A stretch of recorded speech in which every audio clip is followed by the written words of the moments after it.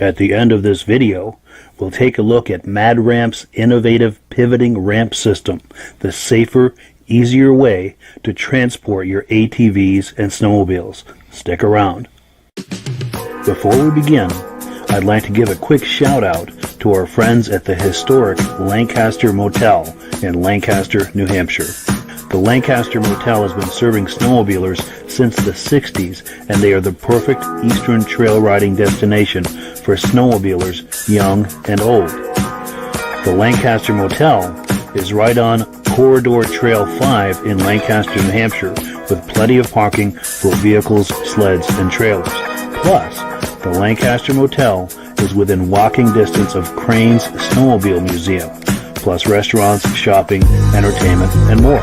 Click the link in the description to learn more about the Lancaster Motel. Good evening and welcome to the podcast. I'm really glad you're here tonight. I've got a great lineup of entertainment, vintage snowmobile related entertainment for you tonight. But before we start with that, I just want to make sure that everything is working properly. So if you can see this face and hear this voice, please leave a message for me. Leave a comment. Let me know where you're from. Just say hi from Sioux Falls, South Dakota, or wherever it is you're viewing from. Just say a quick hello, just so that I can know that this is working properly. Now, while we're waiting for that little test to come through, I'm going to take care of a couple of housekeeping items. Number one, we're simulcasting this podcast in a few different places. Most of you, I presume, are watching this on the Vintage Snowmobile Lovers Facebook page, but it's also simulcasting on the Wheels, Keels, and Snowmobiles Facebook group. There's a link to this group in the description. If you enjoy viewing and posting about anything with the motor, this would be cars, trucks, boats, ATVs, snowmobiles, motorcycles. If you enjoy viewing and posting that kind of content, this is the place for you. When the podcast is over, go on over there, click the link, check it out, view and post all you like, anything with the motor. We're also simulcasting on the Wheels, Keels, and Snowmobiles YouTube channel. This is also a YouTube channel that I do. If you like videos about anything with the motor, this would be cars, trucks, ATVs, snowmobiles, motorcycles, anything with the motor. If you like viewing videos about that sort of thing, this is the place for you. Click on the link after this podcast. Click on the link in the description. It'll take you right over to that YouTube channel, and you can browse the channel, check out the videos. Lastly, before we get started, we are looking for an advertiser, and I'm offering a cash reward of either $50 or $100 if you can introduce me to someone who ends up signing up to be an advertiser on this podcast. The $50 or $100 will depend on the size of the package the client signs up for. But there is, like I said, there is a reward there for you. And if you are interested in becoming an advertiser on the program, you can take the reward, the $50 or $100 reward, as a discount toward your package. So let's get started. I'm going to show you the menu of what we have on tap here tonight. First up, we're going to look at Charley and Jackie Huff's 1971 Bolens Sprinter. Let me get that queued up here. This is from the Washington Snow Flyers Vintage Snowmobile Rally earlier this year. The first weekend in January is when they have that every year, and I'm waiting to find out the final word on whether or not they're planning to have it this coming January. It's just a few weeks away, so have a good look at this. It's a really good show, one of the better shows in New England. I'm hoping they're having it this year with COVID-19 and everything. You really don't know what to expect. I'm hoping they move on with the show. But before we do, I see we've got some comments coming in. I'm looking over. I've got multiple screens here, but let me get it on this screen. No, sorry, just getting used to the interface here. Yes, wow, we've got some nice comments here. Tim Rosenthal, how you doing, Tim? Alan Michaud, Bud Provin, Bombard, Floyd, and Lisa. You guys are regular viewers. I appreciate your coming on here every week. Robert Botticello, Mike Guffey, Mike Bowers, Johnny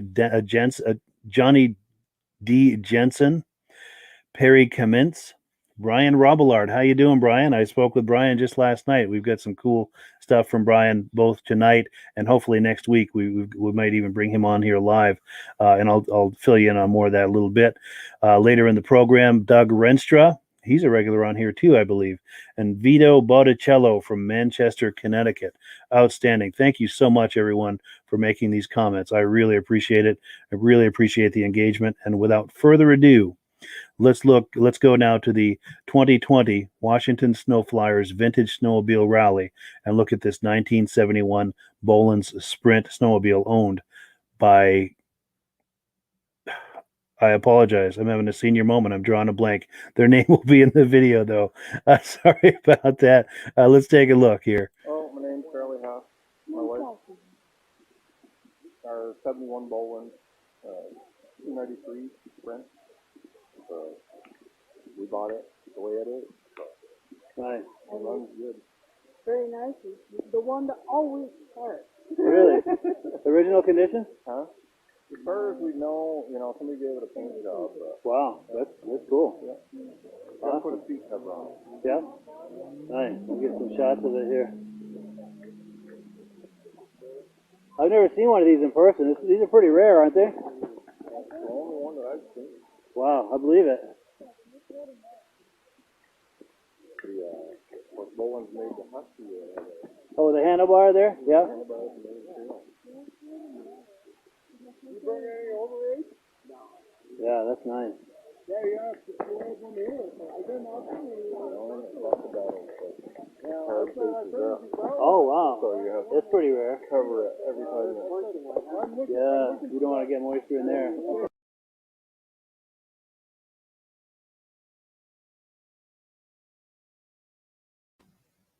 So there you have it. Thank you very much to Charley and Jackie for that cool footage. It was really nice to meet them. And also, I'd never seen a sled like that. I'd never seen the Sprint, the Bolens Sprint before. I believe that to be a very rare sled. Now, if anyone knows otherwise, or if anyone knows anything about that sled, one way or another, I'd love it if you could leave some comments in the description section. But that being said, let us move to the next item on our menu. This will be the show and tell portion of the show. Let's look at some images that have been submitted by viewers. First up, we've got a couple of early 70s Arctic Cats from Brad Curtis. Some very nice sleds. There's an EXT there in the front, and I am thinking that might be a Puma in the back. But I've got my face up in the screen, and I really can't tell for sure. Who's the cat expert here in the house? If you know what that rear sled is, if you can confirm that it's a Puma or confirm otherwise, I'd love to hear from you. Let's check in the comment section real quick and see what anyone is saying. Brad Curtis, yes, I'm glad you're watching this, Brad. Brad, you're the man that shared this. What is that rear sled? I wonder if you could leave a quick comment, Brad, on what that rear sled is, just to confirm for us what that is. I'd love to know what that is. I'm thinking it's a Puma or maybe a Lynx, but I'm not 100% sure. But yeah, some real nice sleds. And the EXT. Oh, it's a 70. They're both EXTs then. So the rear sled is an EXT special. Wow. And the front sled is an EXT as well. I'm thinking maybe 73, 74. I'm not positive. But yeah, thank you so much, Brad. I appreciate that. And Carrie Kemmons as well. Perry Kemmons also commented, echoing that same sentiment, as did Robert Botticello. We've got some cat experts in the house. This is really nice. All right, let's go on to the next item in show and tell. This is from Kevin Blessy, a Raider. Real nice example of that as well. I like flying the American flag there. That is really nice. And then we've got a vintage moto ski from Paul Granger. Thank you for that, Paul. I really appreciate it.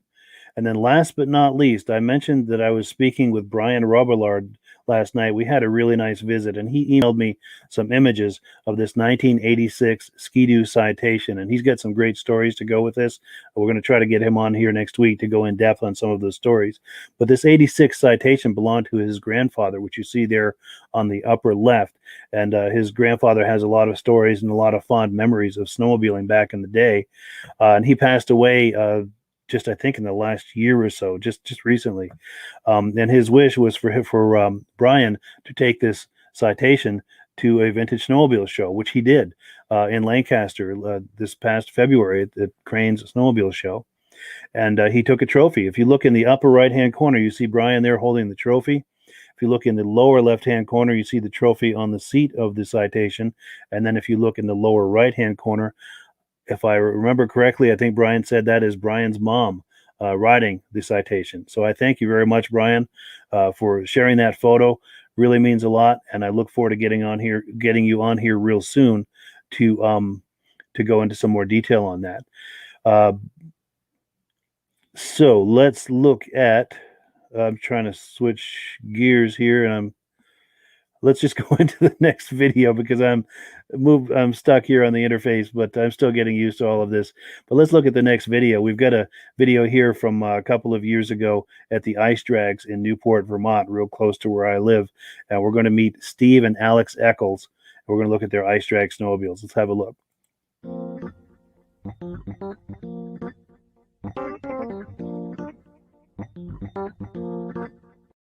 My name's Steve Eckle from Bolens, Vermont. We're having a good day today racing. I got my vintage 650 Indy here. Did some work tour, and we're gonna have a good day. Nice. Looking for some more good days. Totally.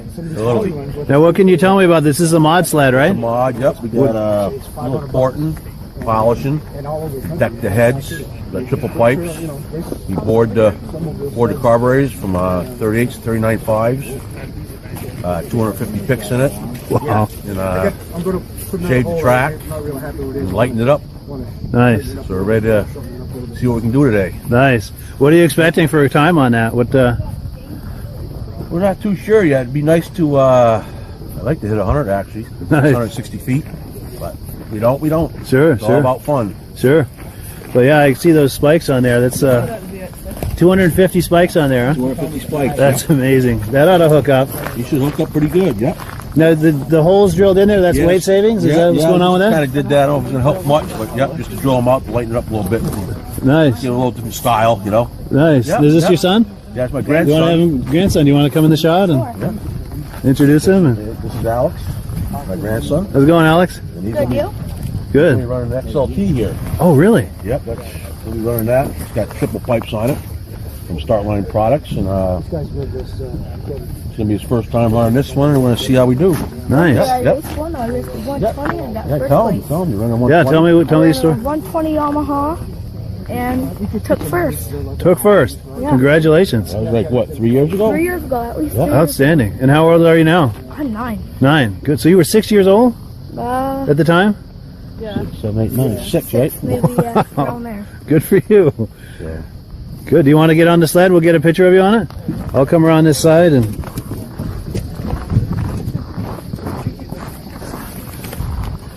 Here we go. Give me a wave. Nice. Sweet deal, man. Put them on ramps too, maybe. Yeah, do you want to get on here? Oh, you all right? Yeah, I might have got that. That was on purpose. Yeah, That was for the camera. yeah. Cool. Outstanding. Well, thank you so much.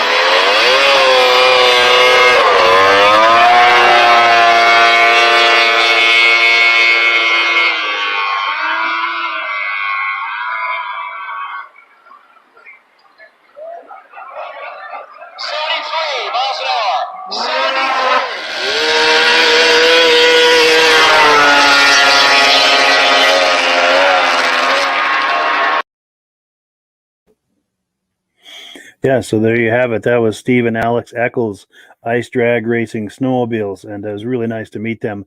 Nice to see young people in this sport as well. That's really cool. So next up, as you can see, we're going on to item number 4 here on the menu. I'll put that up on the screen. Item number 4, Vintage Snowmobiles For Sale.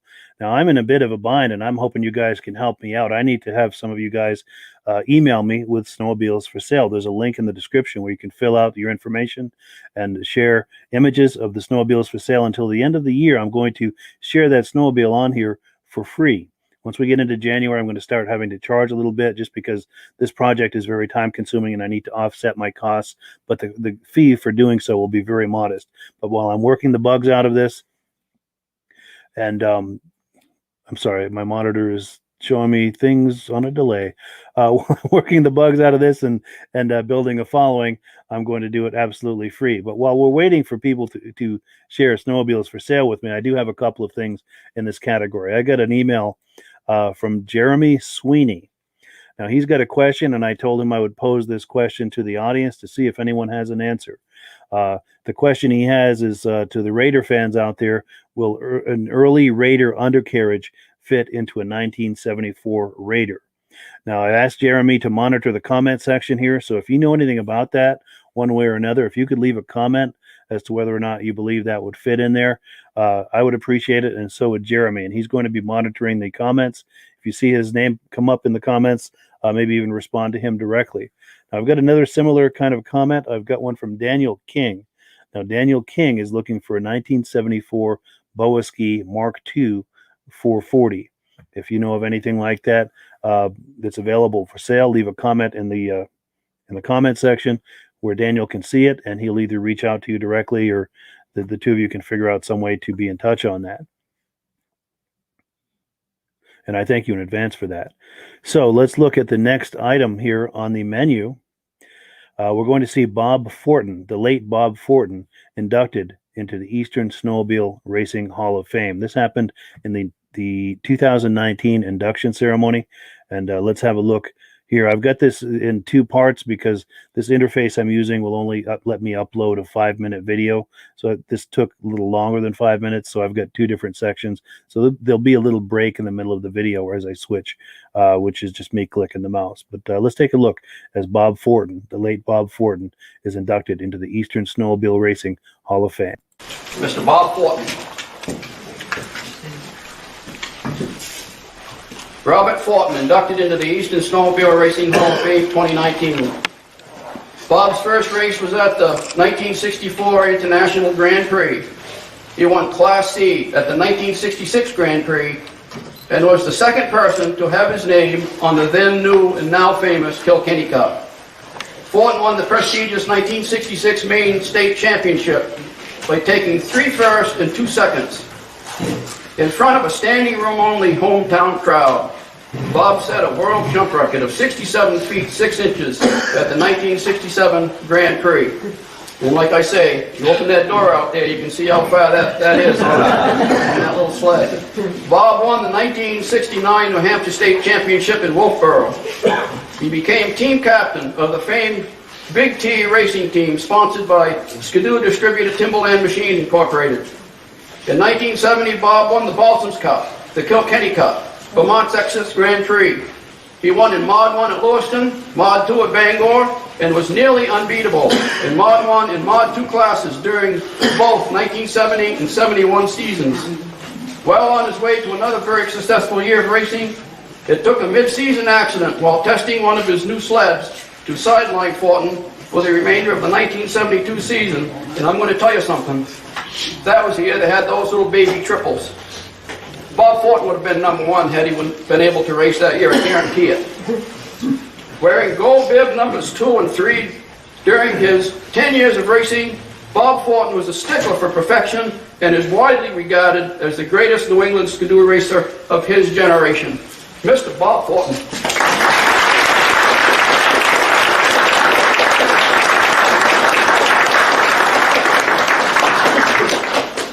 Now there's another gentleman I want to introduce that's going to say a few words about Bob. And last year's inductee. And his name, his plaque hadn't been put on the wall more than 5 minutes when I felt his arm come around my shoulder. And he whispered, he says, Bob Fortin needs to be up on that wall. And I explained to him how, we're trying to do the ones that's still with us first, and eventually we'll do the ones that have passed away. And he shakes his head and he says, Bob needs to be up there more sooner than later. I know why this guy is so big. He has to carry around a big heart. Mr. Calvin, remember?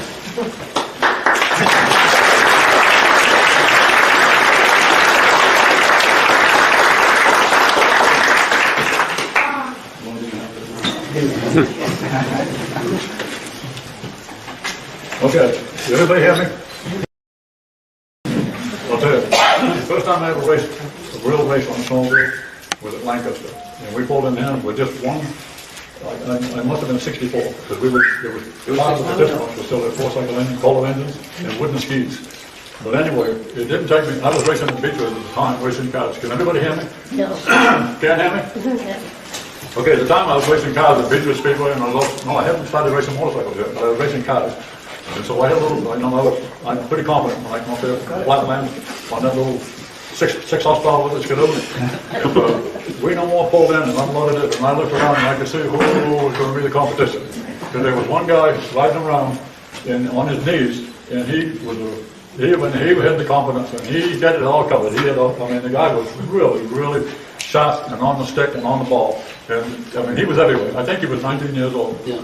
And he was over here, and he was over there, and I was over there, and I said, man, and here I am from the flatland. So anyway, I think we had to weigh 200 pounds. The rider had to weigh 200 pounds. Like I weighed 190 with a snowmobile suit and all that. They had to wait. So they had to weigh my glove box, sandbags, in the glove box. Everybody's running around making a lot of noise, and I said, man, they're making a lot of noise, it must be going faster. So I took the muffler off my machine, and I haven't heard anything since. Probably slowed me down about 3 miles an hour taking the muffler. And anyway, you take the noise coming out of that cab, coming back on you, and I think the cross country was like 6 miles. By the time I got back for 3 days, so I got back to the shop down in Buxton, and we were skidoo there. And I took off, I got the machine out next morning, and I took off across the field, and the big racer now, snowmobile racing, I hit a drum, I was there like that, and the glove box come open, and it stole my face. Because Bobby won it all. The guy, I think Dave Pickard hung the name on it, El Capitan. El Capitan. Yeah. Is that right, Bobby? Yep. Dave Pickard. Yeah. Right, Bruce? And we got whatever we wanted, we had to get it from Bruce. From Bobby. And Bobby was very generous with it. The information was very generous, and he passed it down to us guys. And you always talked about my machines, how they were good and clean and everything, because I had to emulate Bob. The machines were spotless, 10-line machines were spotless.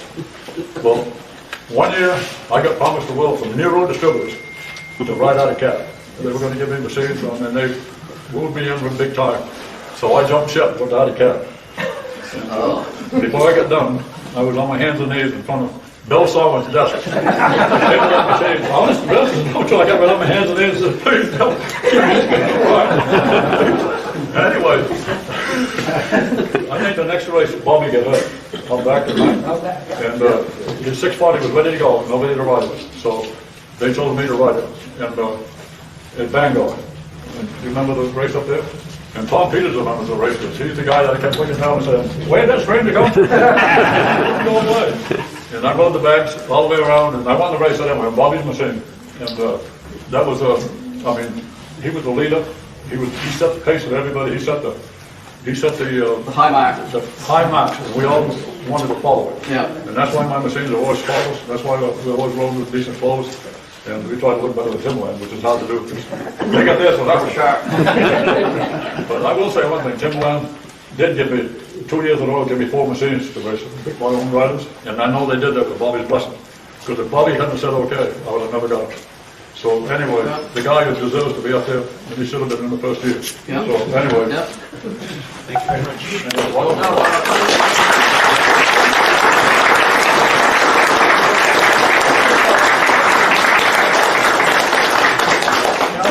By the way, David Fortin has got some Kilkenny cups of his own. Thanks to my pleasure. The apple doesn't fall very far from the tree.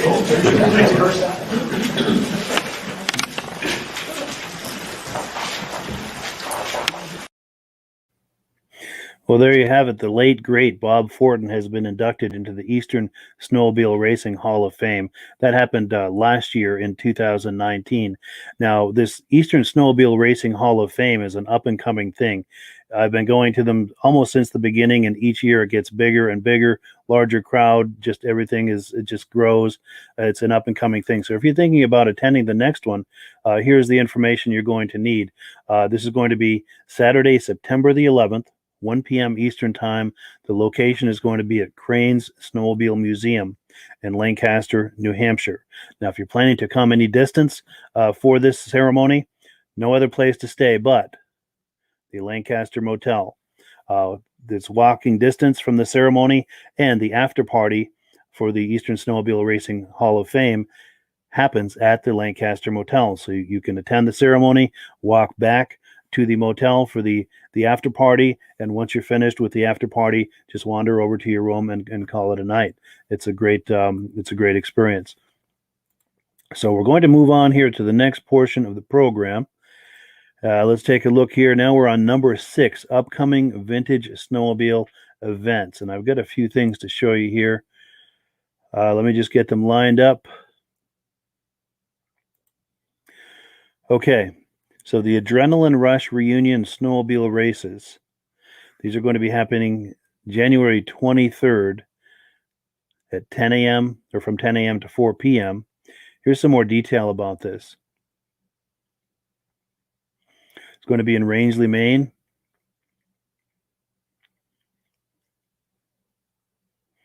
And they've got a half-mile course with a lot of parking at the Stephen Bean Municipal Airport. Plenty of room to accommodate everyone. And yeah, if you're curious about that, do check that out.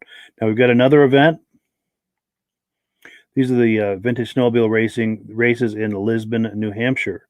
I was just speaking with the organizers of this earlier today, actually, and they confirmed with me that it's still on.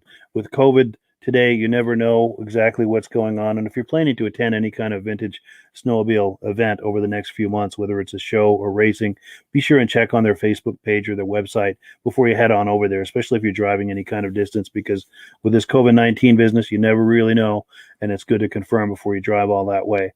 And I applaud everyone who's trying to continue with their shows and their races, pardon me, during all of this. But yeah, this is hosted by the Lisbon Stump Jumper Vintage Snowmobile, the Snowmobile Club, I should say, Snowmobile races. Yeah, and that's a great event. I've been to that a couple times. It's a really good time. Next, we have the Lowbuck Vintage Riders 17th Annual Show and Swap in Dunbar, Wisconsin, December 5th. That's this weekend, 8 a.m. to 5 p.m. So if you're in Wisconsin this coming weekend looking for something to do, this is the place to go right here. Here's some more details about it. On the Airport Road, Dunbar, Wisconsin. New location. Registration, if you're bringing a sled to show, starts at 7 a.m. Awards are at 2:30 p.m. And very reasonable prices to enter your sleds in there. They're going to have food and beverages, and it's just a great time. Now, someone was asking me earlier about the Ontario Snowmobile Oval Racing, what the dates were on that. And here's what I have. I found this on their website. So for the people who are asking about this, this is what I have so far. I'll just leave that up on the screen here so everyone can get a look at that in case they're thinking about going. And also, if you've got an event, whether it's a race or a show, click the link in the description and I will put your event on here for free. Now, something to think about also if you're doing an event is I would love to do something live with you. If you've got someone there with a smartphone that has the Chrome browser, if you're willing to walk around with your cell phone and interview people, whether it's a vintage snowmobile show or a race, maybe walk around the paddock and interview people, I would love to try and air that live for you on this Vintage Snowmobile Lovers Facebook page. Also, if you're doing a race and you want to maybe try to set up a cell phone right at the start-finish line so we can get people going by there.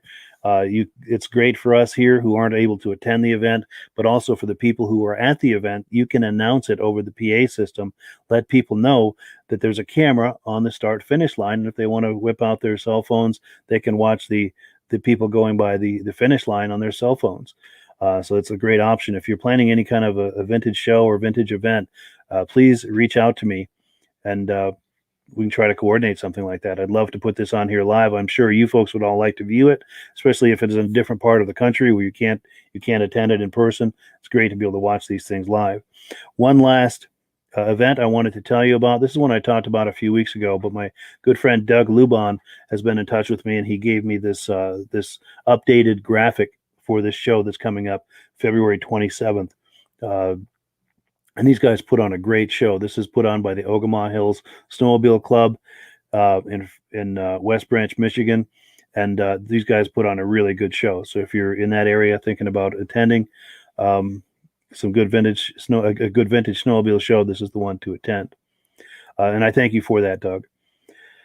So what have we got next here on the agenda for the evening? We have got a look at Jason Gibbs, 1978 Polaris RXL. Jason Gibbs is a great guy. I see him at a lot of the Northern New England shows. He's always had some great sleds, mostly Polarises, but he's also got motor skis and some other brands. But yeah, he always brings some really nice stuff.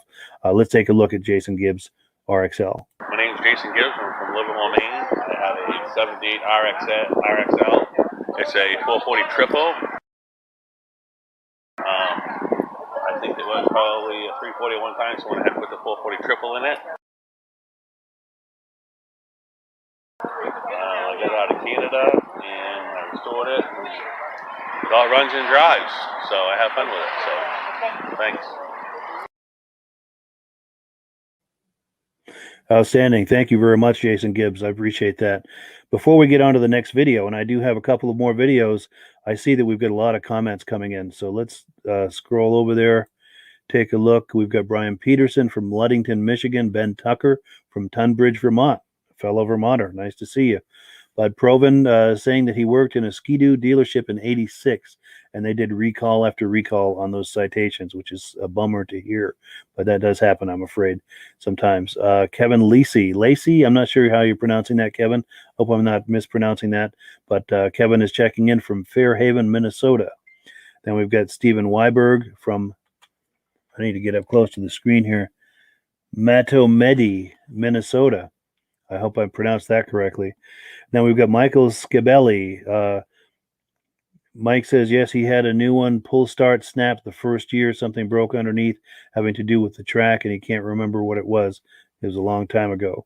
And Brad is paying us a nice compliment. Brad Curtis. Brad had the image of those Arctic Cats earlier in the show and tell section of the show. And he's thanking us, saying it's an awesome show. Hoping that I keep it up. And thanks for showing some of his sleds. You're very welcome, Brad. Thank you for sharing that. And last, we've got Brody Mesner from Henderson, Minnesota, checking in and saying hello. I thank you for that, Brody. So let's get on to our next section of the program. We're going to be we're on number 8 here, as you see on your screen. We're going to be looking at Pat Goudreault's Vintage Ski-Doo collection. And you're going to see he's got some really nice pieces in that collection. My name's Pat Goudreault. This is my 76 Ski-Doo RV. We rebuilt this. We got it in pieces. And it took 20 years to get it all together. And it's like brand new now. Nice. Yep.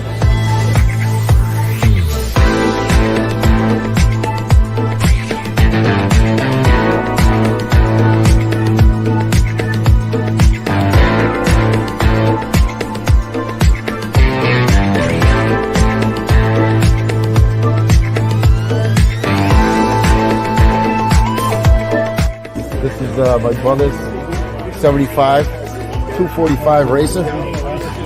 Untouched. Wow, that's Still original got shape, huh? Still got the racing scars on it. Yeah. I remember those from back in the day. Yeah, that was when Skidoo came back after canceling in 74. So he Okay, came yeah. back with these sleds. Nice. Yep.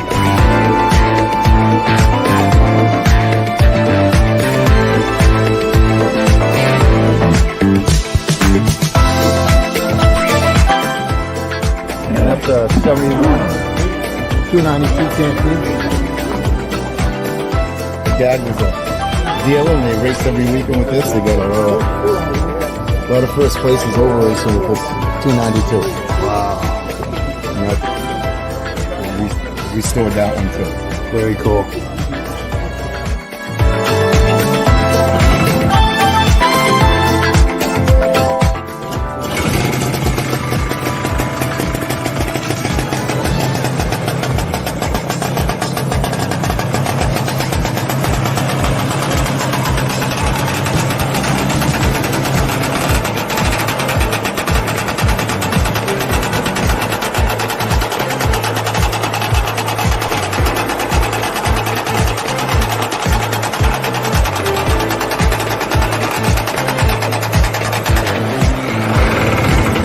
Beautiful, thank you. Yeah, Pat's got some really nice sleds there. It was really nice to meet him too. This was just earlier this year, February, at the Cranes Vintage Snowmobile Show in Lancaster, New Hampshire. That, by the way, is an excellent show. And I'm trying to connect with Paul Crane. I'm hoping to catch up with him in the next few days to get confirmation as to whether or not he thinks he's going to do that show this year. If it weren't for COVID-19, there would be no question. But with all this COVID business, it's just difficult to know what's happening or not happening. And even if someone thinks they're having it at this point, things may change and they may not have it. So I'll do my best to keep people updated on whether or not shows are happening with COVID-19.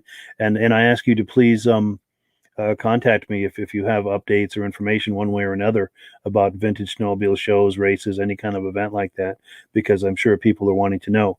But if you're thinking about attending this vintage snowmobile show at Cranes Museum the first Saturday in February, the place to stay for that in Lancaster, New Hampshire, is the historic Lancaster Motel. It's just walking distance from Cranes Snowmobile Museum. It's also a great place to go if you're thinking of a place in the east to do some trail riding. Lancaster Motel is right on Corridor Trail 5 and walking distance from Cranes Snowmobile Museum. Now I've got one last video to show you. Let's get the menu back up here. We are on number 9. We're going to look at David Theriault's vintage Harley Davidson. Now, this is one of the first videos that I did a few years ago. He had sent me some images and footage, and I just kind of edited it all together into kind of a crude piece. But here it is. It's a really nice sled. Let's take a look at David Theriault's vintage Harley Davidson snowmobile. This is David Theriault's 1973 AMF Harley Davidson Y440. This sled is complete with 1,200 miles, electric start, chrome skis, a speedometer, a new seat cover. Dave says the sled runs great. It starts with the turn of a key. These sleds have a wet primary clutch, adjustable handlebars, high and low beam headlights, steering stabilizer shock, 18-inch wide track, and a CDI ignition with surface gap spark plugs. He said he had some trouble with the CDI boxes, but he's able to resolve that. Let's take a look at some video that Dave sent us. This is my 1973 Harley Davidson Y440.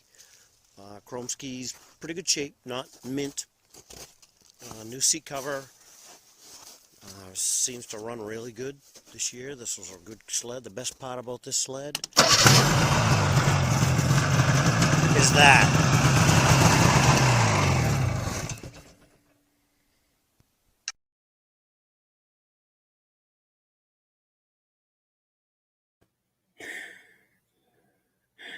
And we're back. That was number 9, David Theriault's Harley Davidson Vintage Snowmobile. We're going to wrap things up here in just a couple of minutes. Before we do, let's go back into the comments. I think we've got a few more here. Yes, Jeff Nix from Liberty, Iowa. How you doing, Jeff? Thanks for checking in. Jim Hunter from St. Petersburg, Florida. And then we have Johnny Jensen. Thank you for the compliment, Johnny. Johnny says it's a great show, and thank you very much. And you are welcome very much. We appreciate your being on here. And then last but not least, we have John Spranger Jr. from Flame, Wisconsin. Thank you, John, for coming on tonight. So let's wind down the program. Before we finish it up, I've got a quick video for you to look at. This is the Mad Ramps product. If you decide you're curious about these Mad Ramps, there's a link in the description. If you click that link and order through me, which would be through that link, I will send you 3 free Vintage Snowmobile DVDs as a way of saying thank you for ordering that through me. Without further ado, let's take a look at these Mad Ramps, and I thank you for being on the podcast tonight. Have a wonderful weekend.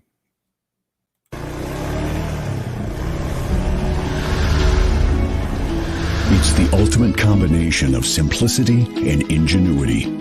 The newest way to load, unload, and transport your ATV or UTV.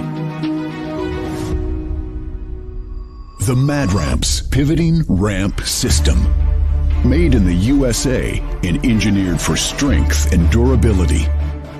Maneuver through tight places and over rugged terrain with plenty of ground clearance. No licensing, no ongoing maintenance costs, and no storage hassles like trailers. Won't slip or move like conventional ramps. Free up more cargo space in the bed of your truck. Securely connects to your truck's receiver hitch. Easily extends for safe loading and unloading. Seamlessly retracts for highway and off-road travel. DOT approved in all 50 states and Canada. Quickly disconnects in under a minute. A unique space-saving storage system. The Mad Ramps Pivoting Ramp System. Go farther. Go faster. Go safer. When you order using the link in the description, I'll send you 3 free Vintage Snowmobile DVDs.